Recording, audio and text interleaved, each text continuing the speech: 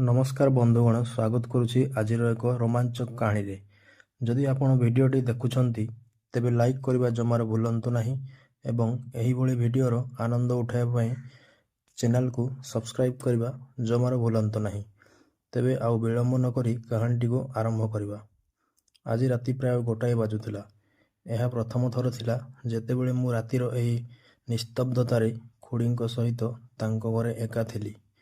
ଘରେ ବିଜୁଳି ନଥିଲା। ଚାରିଆଡ଼େ ଘନ ଅନ୍ଧାର ଛାଇ ରହିଥିଲା ଏବଂ ଅନ୍ଧାରରେ ଖୁଡ଼ୀଙ୍କ ସୁନ୍ଦର ଚେହେରା ଆହୁରି ଅଧିକ ଉଜ୍ଜ୍ୱଳ ଦେଖାଯାଉଥିଲା ଏବଂ ସେ ଗଭୀର ନିଦରେ ଶୋଇଥିଲେ। ସେହି ମୁହୂର୍ତ୍ତରେ ମୋ ମନକୁ ଏକ ଚିନ୍ତା ଆସିଲା। ଲୋକେ କୁହନ୍ତି ଯେ ଯେତେବେଳେ ରାତି ଅଧିକ ଏବଂ ଏକାନ୍ତତା ବେଶୀ ଥାଏ ସେତେବେଳେ ଶୈତାନ ପ୍ରଭାବ ପକାଇଥାଏ। ସେହି ପ୍ରହରରେ ମୋ ଉପରେ ମଧ୍ୟ ଶୈତାନ ହାବି ହୋଇଯାଇଥିଲା ଏବଂ ସେହି ରାତିରେ ମୁଁ ପ୍ରଥମ ଥର ପାଇଁ ଖୁଡ଼ୀଙ୍କ ଏକାନ୍ତତାର ସୁଯୋଗ ନେଲି। ଖୁଡ଼ୀ ବୟସରେ ମୋ ଠାରୁ ମାତ୍ର 5 ବର୍ଷ ବଡ଼ ଥିଲେ। ସେ ଅତି ସୁନ୍ଦରୀ ଏବଂ ଯୁବତୀ ଥିଲେ। ତାଙ୍କ ବିବାହକୁ ମାତ୍ର 2 ମାସ ହୋଇଥିଲା ଯେତେବେଳେ ତାଙ୍କ ସ୍ୱାମୀ ବିଦେଶ ଚାଲିଗଲେ ଏବଂ ସେବେଠାରୁ ସେ ନିଜ ଘରେ ଏକା ରହୁଥିଲେ। ଛୋଟ ଛୋଟ କଥାରେ ସେ ପ୍ରାୟତଃ ବିଚଳିତ ହୋଇପଡ଼ୁଥିଲେ ଏବଂ ଯେମିତି ମାଆଙ୍କୁ ଫୋନ୍ କରୁଥିଲେ ମୁଁ ସୁଯୋଗ ବୁଝି ଦୌଡ଼ି ଯାଉଥିଲି, କାରଣ ମୋତେ ସବୁବେଳେ ମୋ ମାଆଙ୍କ କଥା ଶୁଣିବାକୁ ଭଲ ଲାଗୁନଥିଲା। ତେଣୁ ସୁଯୋଗ ପାଇବା ମାତ୍ରେ ମୁଁ ଘରୁ ବାହାରି ଯାଉଥିଲି।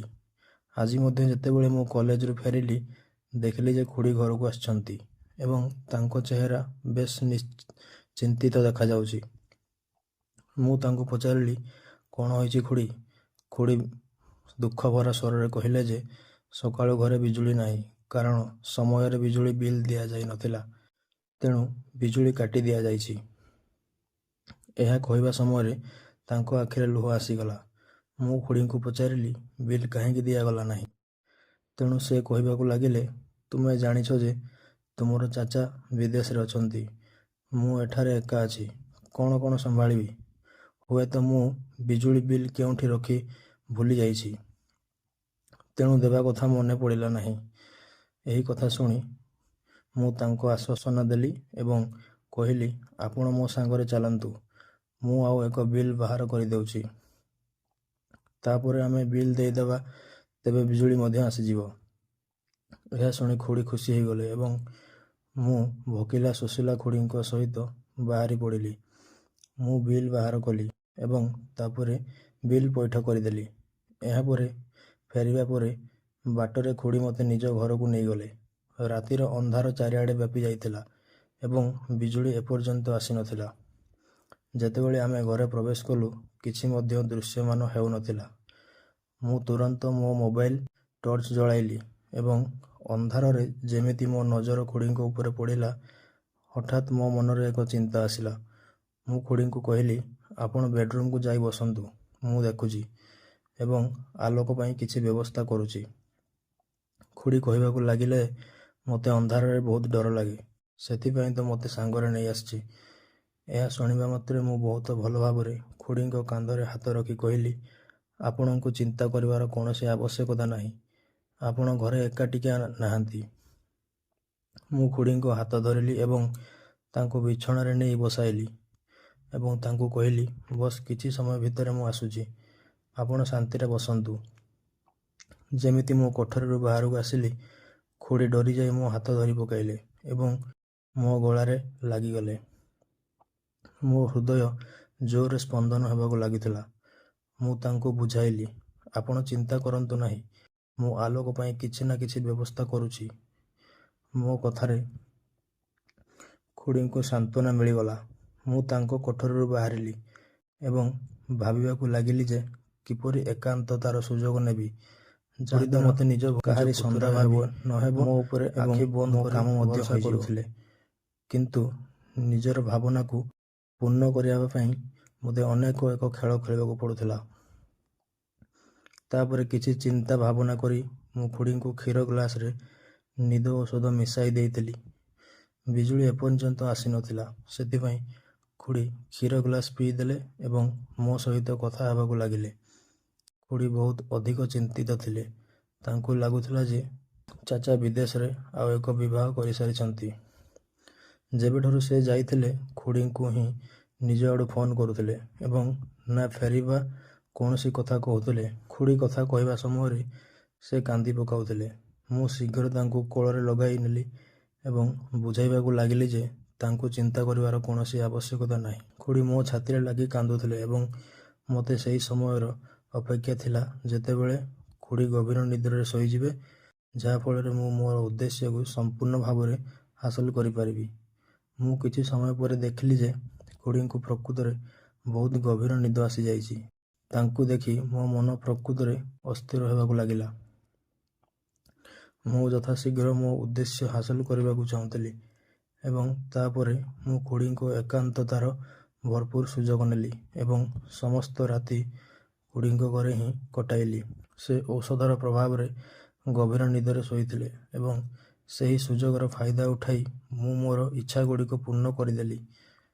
ସକାଳ ପର୍ଯ୍ୟନ୍ତ ମୁଁ ସମ୍ପୂର୍ଣ୍ଣ ଥକି ଯାଇଥିଲି ଏବଂ ତାପରେ ମୁଁ ମଧ୍ୟ ଖୁଡ଼ିଙ୍କ ବିଛଣାରେ ହିଁ ଶୋଇପଡ଼ିଲି। ସକାଳେ ମୋ ଆଖି ଖୋଲିଲା, ମୁଁ ଦେଖିଲି ଯେ ଖୁଡ଼ି ଉଠି ସାରିଛନ୍ତି ଏବଂ ରାଗରେ ମୋ ଆଡ଼କୁ ଚାହୁଁଛନ୍ତି। ମୁଁ ପଚାରିଲି, କ'ଣ ହୋଇଛି? ଏମିତି କାହିଁକି ଚାହୁଁଛ? ଏକ ନଜର ପାଇଁ ମୋ ମନରେ ଏହି ଚିନ୍ତା ଆସିଲା ଯେ କାଳେ ଖୁଡ଼ି ଜାଣିପାରିଛନ୍ତି ଯେ ମୁଁ ରାତିରେ କ'ଣ କରିସାରିଛି। ଖୁଡ଼ି କହିବାକୁ ଲାଗିଲେ, ଅଧା ଦିନ ବିତିଯାଇଛି ଏବଂ ତୁମେ ଏପର୍ଯ୍ୟନ୍ତ ଶୋଇଛ। ଉଠ ଏବଂ ନିଜ ଘରକୁ ଯାଅ। ତୁମ ମା ଚିନ୍ତିତ ଅଛନ୍ତି। ମୁଁ ମୁହଁ ଟେକି ବିଗାଡ଼ି କହିଲି, ମାଆଙ୍କର କାମ ଆଉ କ'ଣ? କେବଳ ଅନାବଶ୍ୟକ କଥାରେ ଚିନ୍ତିତ ହେଉଥାନ୍ତି। ମୁଁ କ'ଣ କୌଣସି ପରଘର ଅଛି? ଆପଣ ତ ମୋର ଖୁଡ଼ି। ଏହା କହି ମୁଁ ଖୁଡ଼ିଙ୍କ ପାଖରେ ଧରିଲି ଏବଂ ନିଜ ପାଖରେ ବସାଇଲି। ଖୁଡ଼ି କହିବାକୁ ଲାଗିଲେ, ଅଧିକ ଗେହ୍ଲା କରିବାର ଆବଶ୍ୟକତା ନାହିଁ। ରାତିରେ ତୁମେ ମୋ ବିଛଣାରେ କାହିଁକି ଶୋଇଥିଲ? ଏହା ଭଲ କଥା ନୁହେଁ। ଘରେ ଆଉ ମଧ୍ୟ କୋଠରୀ ଅଛି ବା ତୁମେ ସୋଫାରେ ଶୋଇପାରିଥାନ୍ତ। ଖୁଡ଼ିଙ୍କ କଥା ଶୁଣି ମୁଁ କିଛି ପରିମାଣରେ ଲାଜେଇ ଗଲି। ଭଲ କଥା ଯେ ତାଙ୍କୁ ରାତିର କଥା ବିଷୟରେ କୌଣସି ଅନୁମାନ ନଥିଲା। ମୁଁ ତାଙ୍କୁ ଅଣଦେଖା କରି ଉଠି ଫ୍ରେଶ୍ ହେଲି ଏବଂ ତାପରେ ପୁଣି ଘରକୁ ବାହାରି ପଡ଼ିଲି। ମା ରାଗରେ ବସିଥିଲେ ଏବଂ କହିବାକୁ ଲାଗିଲେ, ତୁମେ କାଲି ଯାଇଥିଲ କୁଆଡ଼େ? ମୁଁ ମାଆଙ୍କୁ କହିଲି ଯେ ଖୁଡ଼ି ଅନ୍ଧାର କାରଣରୁ ଡରୁଥିଲେ, ସେଥିପାଇଁ ଆସିନଥିଲି। ବର୍ତ୍ତମାନ ସକାଳ ସମୟରେ ତାଙ୍କ ବିଜୁଳି ଆସିଯାଇଛି। ବର୍ତ୍ତମାନ ଖୁଡ଼ି ଚିନ୍ତିତ ହେବେ ନାହିଁ।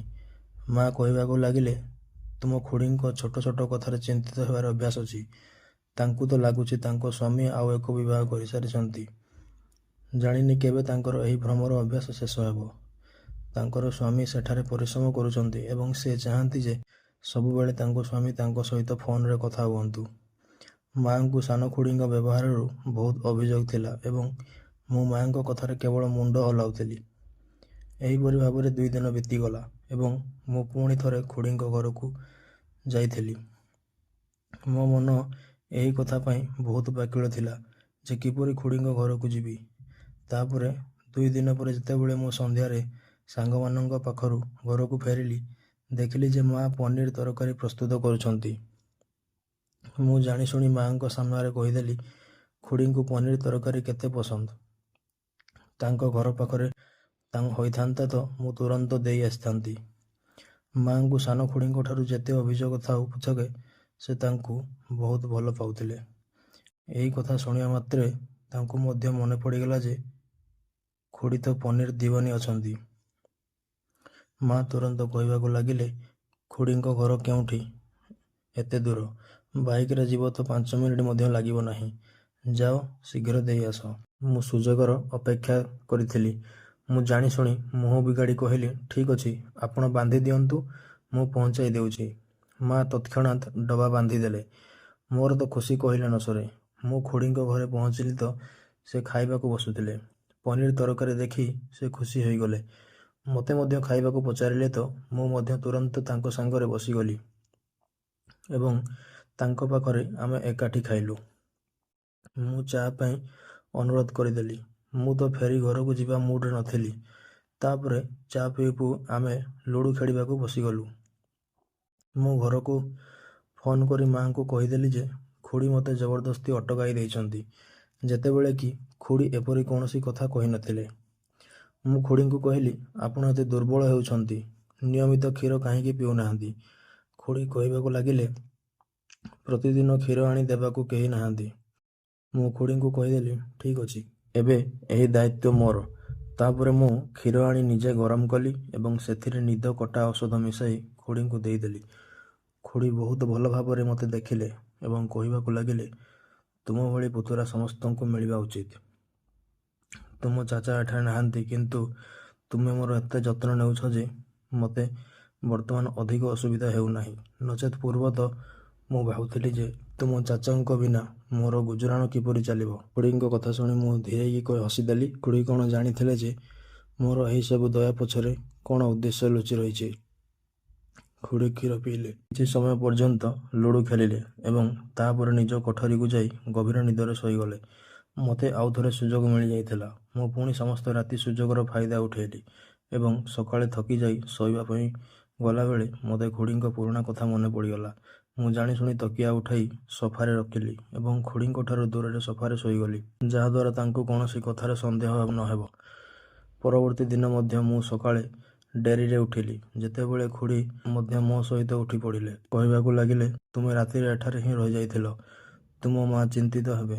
ମୁଁ କହିଲି, ନାହିଁ, ମୁଁ ମାଆଙ୍କୁ ଫୋନ୍ କରି ଜଣାଇ ଦେଇଛି। ତାଙ୍କୁ କୌଣସି ଅସୁବିଧା ନାହିଁ।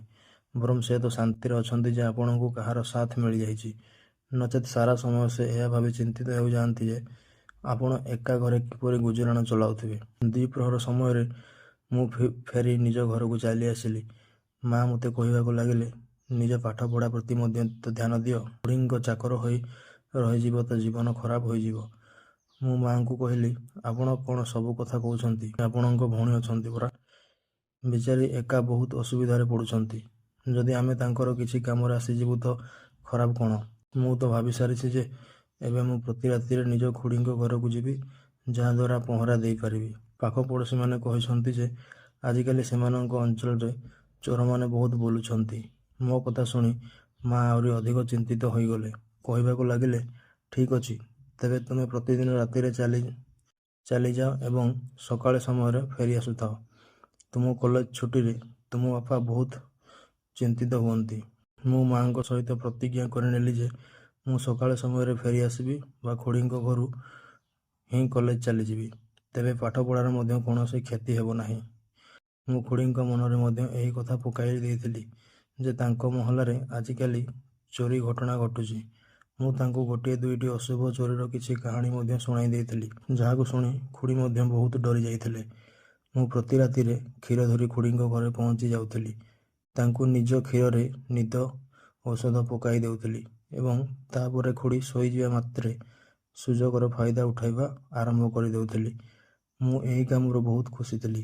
ବହୁତ ସହଜରେ ମୁଁ ଖୁଡ଼ିଙ୍କୁ ବୋକା ବନାଇ ଦେଇଥିଲି। ସେ ଏବେ ମୋତେ ନିଜ ଘରେ ନିଜେ ରହିବା ପାଇଁ କହିଦେଉଥିଲେ ଏବଂ ଏବେ ମାଆଙ୍କୁ ମଧ୍ୟ କୌଣସି ଚିନ୍ତା ନଥିଲା, କାରଣ ମୁଁ ନିୟମିତ ଭାବରେ କଲେଜ ଯିବା ଆରମ୍ଭ କରିଦେଇଥିଲି। କିନ୍ତୁ ଏହା ମୋ ପାଇଁ କଷ୍ଟକର ଥିଲା ଯେ ରାତିସାରା ଏତେ ପରିଶ୍ରମ ପରେ ସକାଳେ ଶୀଘ୍ର ଉଠିବାକୁ ପଡ଼ୁଥିଲା। କିନ୍ତୁ ମୁଁ କୌଣସି ପ୍ରକାରେ ସବୁ ପରିଚାଳନା କରୁଥିଲି। ତାପରେ ଦିନେ ଜାଣିନି କିପରି ଖୁଡ଼ିଙ୍କ ଉପରେ ସନ୍ଦେହ ହୋଇଗଲା। ରାତିରେ କ୍ଷୀର ଧରି ତାଙ୍କ କୋଠରୀରେ ପହଞ୍ଚିଲି ତ ସେ ମୋତେ କହିବାକୁ ଲାଗିଲେ, ମୋତେ ଆଜିକାଲି କିଛି ଅଜବ ଲାଗୁଛି। ଏମିତି ଲାଗୁଛି ଯେ ମୁଁ ପ୍ରତିଦିନ ରାତିରେ ବହୁତ ଗଭୀର ନିଦ୍ରାରେ ଶୋଇଯାଉଛି। ଗୋଟିଏ ଥର ମଧ୍ୟ ମୋ ଆଖି ଖୋଲୁନାହିଁ, ଯେତେବେଳେ କି ପୂର୍ବରୁ ଏପରି ହେଉନଥିଲା। ଏବଂ ତାପରେ ଆଜି ସନ୍ଧ୍ୟା ସମୟରେ ଯେତେବେଳେ ମୁଁ ମଇଳା ଡବାରେ ଆବର୍ଜନା ପକାଇବାକୁ ଗଲି, ମୋତେ ଏକ ଏପରି ଜିନିଷ ମିଳିଲା ଯାହାକୁ ଦେଖି ମୁଁ ଆଶ୍ଚର୍ଯ୍ୟ ହୋଇଗଲି। ଖୁଡ଼ିଙ୍କ କଥା ଶୁଣି ମୋ ଶରୀରରୁ ଝାଳ ବାହାରିବାକୁ ଲାଗିଲା। ମୁଁ ବୁଝିସାରିଥିଲି ଯେ ଖୁଡ଼ି କ'ଣ ଦେଖିଛନ୍ତି, କିନ୍ତୁ ତଥାପି ମୁଁ ଅଜଣା ହେବାର ଅଭିନୟ କଲି ଏବଂ ଖୁଡ଼ିଙ୍କୁ ପଚାରିଲି, କ'ଣ ହୋଇଛି ଖୁଡ଼ି? ଏପରି କ'ଣ ଜିନିଷ ମିଳିଗଲା ଯେ ଆପଣ ଚିନ୍ତିତ ହେଉଛନ୍ତି? ମୁଁ ଜାଣିଥିଲି ଯେ ସେ ମୋତେ କିଛି ମଧ୍ୟ କହିପାରିବେ ନାହିଁ। ସେଥିପାଇଁ ମୁଁ ତାଙ୍କ ସାମ୍ନାରେ ସମ୍ପୂର୍ଣ୍ଣ ଅଜଣା ହେବାର ନାଟକ କଲି। ପ୍ରଥମେ ତ ଖୁଡ଼ି ଗଭୀର ନିଜରେ ମୋତେ ଦେଖିଲେ ଏବଂ ତାପରେ ମୁଣ୍ଡ ହଲାଇଲେ, ଯେପରି କୌଣସି ବିଶେଷ କଥା ନାହିଁ। ମୁଁ ଆଉ ଥରେ ପଚାରିଲି, କ'ଣ କଥା ଖୁଡ଼ି? କ'ଣ ମିଳିଛି ଆପଣଙ୍କୁ? କିନ୍ତୁ ସେ କହିବାକୁ ଲାଗିଲେ, ଛାଡ଼, ତୁମର କିଛି ମତଲବ କଥା ନୁହେଁ। ଏବେ ତୁମେ ପିଲା ଅଛ। ଏହା କହି ଖୁଡ଼ି କ୍ଷୀର ଗ୍ଲାସ୍ ଶେଷ କଲେ ଏବଂ ତାପରେ ମୋ ସହିତ କଥା ହେବାକୁ ଲାଗିଲେ। ମୁଁ ମନେ ମନେ ହସିବାକୁ ଲାଗିଲି। ଖୁଡ଼ି ମୋତେ ପିଲା ବୋଲି ଭାବୁଥିଲେ, ଯେପରି ମୁଁ ତ ପ୍ରତି ରାତିରେ ଖୁଡ଼ିଙ୍କ ନିଦର ସୁଯୋଗ ନେଇ ସେହି ଖେଳ ଖେଳୁଥିଲି ଯାହାଠାରୁ କେହି ମଧ୍ୟ ପରିଚିତ ନଥିଲେ। କିଛି ସମୟ ପରେ ଖୁଡ଼ି ପୁଣି ଥରେ ଶୋଇଗଲେ ଏବଂ ମୁଁ ପୁଣି ମୋ କାମରେ ବ୍ୟସ୍ତ ହୋଇଗଲି। ମୋତେ ଏସବୁ କରି ବହୁତ ଅଧିକ ମଜା ମିଳୁଥିଲା। ମୁଁ ଭାବି ମଧ୍ୟ ନଥିଲି ଯେ ମୁଁ ଏତେ ସହଜରେ ଏସବୁ ହାସଲ କରିପାରିବି। ଖୁଡ଼ି ତ ସମ୍ପୂର୍ଣ୍ଣ ଭାବରେ ମୋ ଜାଲରେ ଫସି ଯାଇଥିଲେ। ସେ କେବେ ମୋ ଉପରେ ସନ୍ଦେହ କରିନଥିଲେ ଏବଂ ନା କେବଳ ତାଙ୍କୁ ଏହି କଥାର ଅନୁଭବ ହୋଇଥିଲା ଯେ ମୁଁ କ୍ଷୀରରେ ତାଙ୍କୁ ନିଦ ଔଷଧ ପକାଇ ଦେଉଛି। କିନ୍ତୁ ଦିନେ ସେ କହିବାକୁ ଲାଗିଲେ, ସନ୍ଧ୍ୟାରେ ପଡ଼ୋଶୀ ଆସିଥିଲେ। ବହୁତ ଅଜବ କଥା କହୁଥିଲେ। ମୋତେ ତ ତାଙ୍କର କୌଣସି କଥା ବୁଝା ପଡ଼ିଲା ନାହିଁ। ଖୁଡ଼ିଙ୍କ କଥା ଶୁଣି ମୁଁ ଚମକି ପଡ଼ିଲି ଏବଂ କହିଲି, କେଉଁ ପଡ଼ୋଶୀ ଆସିଥିଲେ ଏବଂ କ'ଣ କହୁଥିଲେ? ଖୁଡ଼ି କହିବାକୁ ଲାଗିଲେ, ପଡ଼ୋଶୀ କହୁଥିଲେ ଯେ ସେ ରାତିରେ ଝରକା ଦେଇ ଆମ ଘରେ କିଛି ଅଜବ ପ୍ରକାରର ଦୃଶ୍ୟ ଦେଖୁଛନ୍ତି।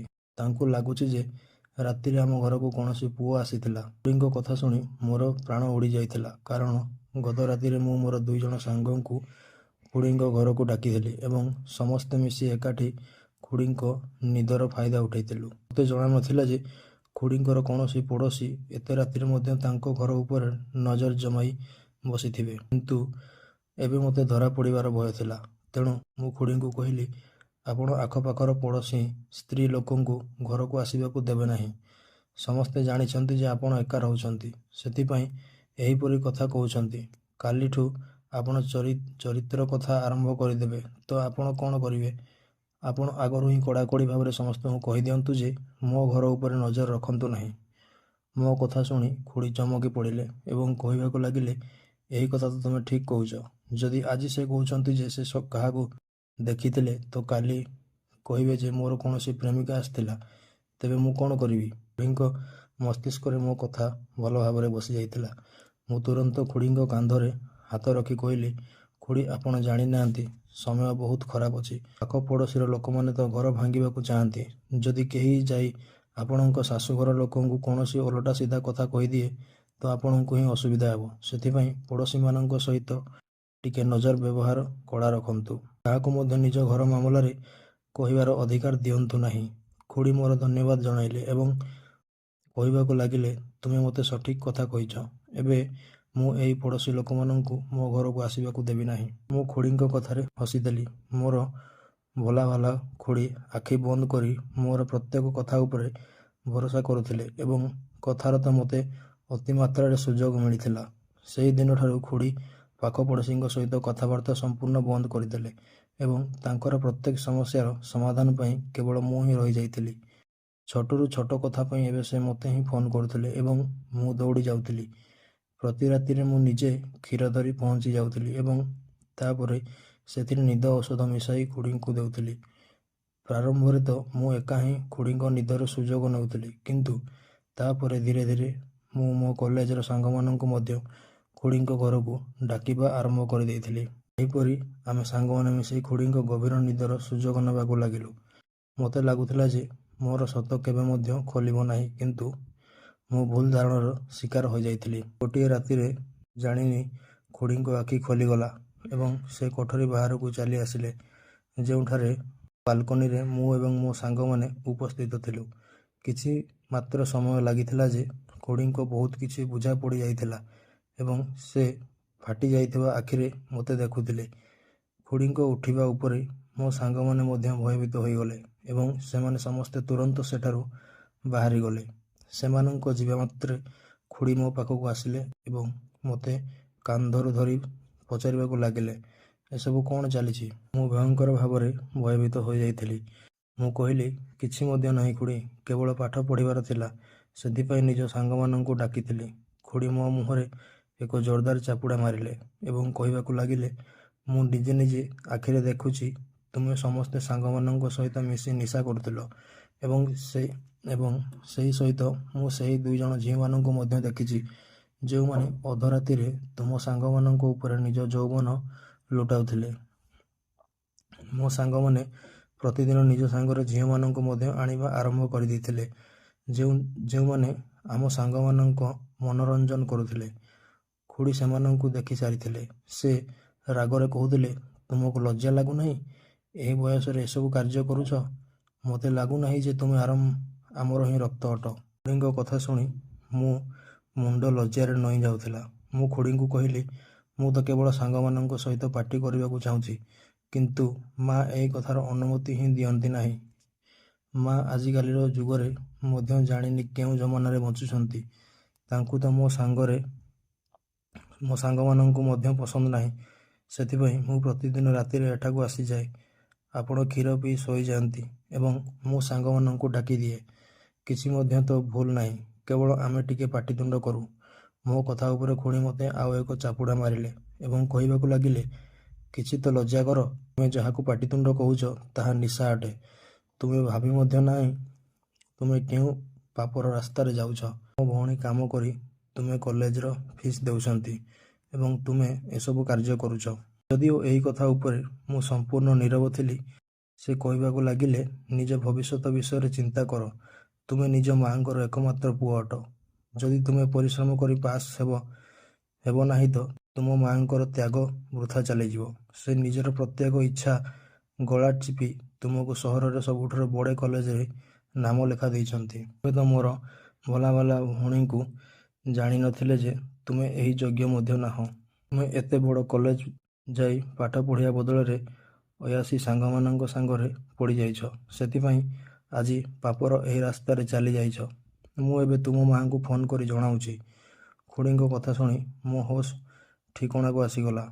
ମୁଁ ଖୁଡ଼ୀଙ୍କ ଆଗରେ ହାତ ଯୋଡ଼ିଲି ଏବଂ କହିଲି, ମାଆଙ୍କୁ କିଛି କହିବେ ନାହିଁ। ଏସବୁ ଜାଣି ତ ହୃଦୟ ଭାଙ୍ଗିଯିବ। ଖୁଡ଼ୀ କହିବାକୁ ଲାଗିଲେ, ଏସବୁ ତ ତୁମକୁ କରିବା ପୂର୍ବରୁ ଭାବିବା ଉଚିତ ଥିଲା। ମୋତେ ସବୁ କିଛି ବୁଝା ପଡ଼ିଯାଇଛି ଯେ ମୁଁ କ୍ଷୀର କାରଣରୁ ଗଭୀର ନିଦ୍ରାରେ ଶୋଇଯାଉଥିଲି।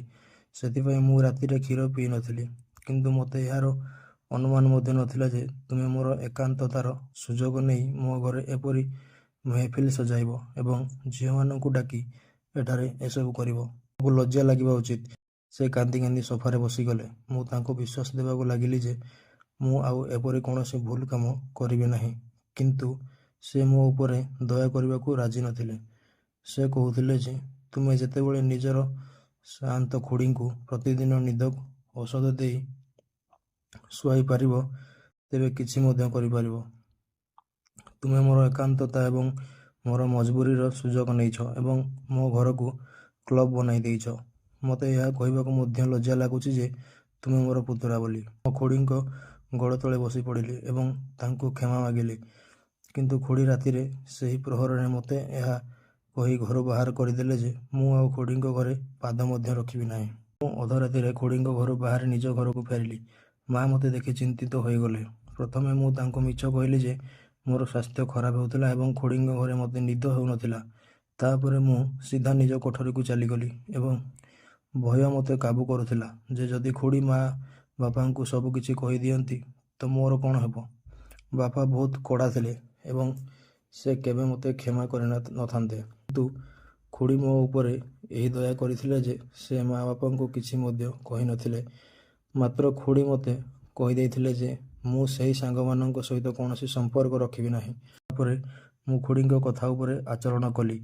କିନ୍ତୁ ଆସୁଥିବା ସେମିଷ୍ଟରରେ ମୁଁ ସମ୍ପୂର୍ଣ୍ଣ ଭାବରେ ଫେଲ୍ ହୋଇଗଲି। ଏହି କଥାର ଆଘାତ ମୋ ମାଆଙ୍କୁ ପ୍ରକୃତରେ ବହୁତ ଅଧିକ ପହଞ୍ଚିଥିଲା। ବାପା ମଧ୍ୟ ବହୁତ ମର୍ମାହତ ଥିଲେ। କିନ୍ତୁ ମୁଁ ଦୁହିଁଙ୍କୁ ପ୍ରତିଜ୍ଞା କରିଥିଲି ଯେ ମୁଁ ଏବେ କଠିନ ପରିଶ୍ରମ କରିବି।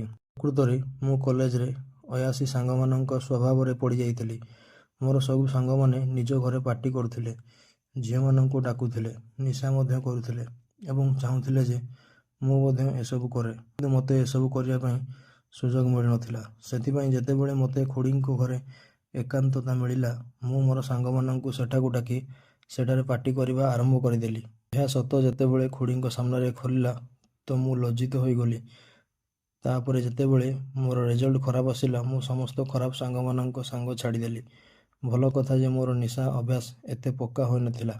ସେଥିପାଇଁ ମୁଁ ଶୀଘ୍ର ନିଶାରୁ ମୁକ୍ତି ପାଇବାରେ ସଫଳ ହୋଇଗଲି। ବର୍ତ୍ତମାନ ମୁଁ ନିଜ ପାଠପଢ଼ା ଉପରେ ପୂର୍ଣ୍ଣ ଧ୍ୟାନ ଦେଇଛି।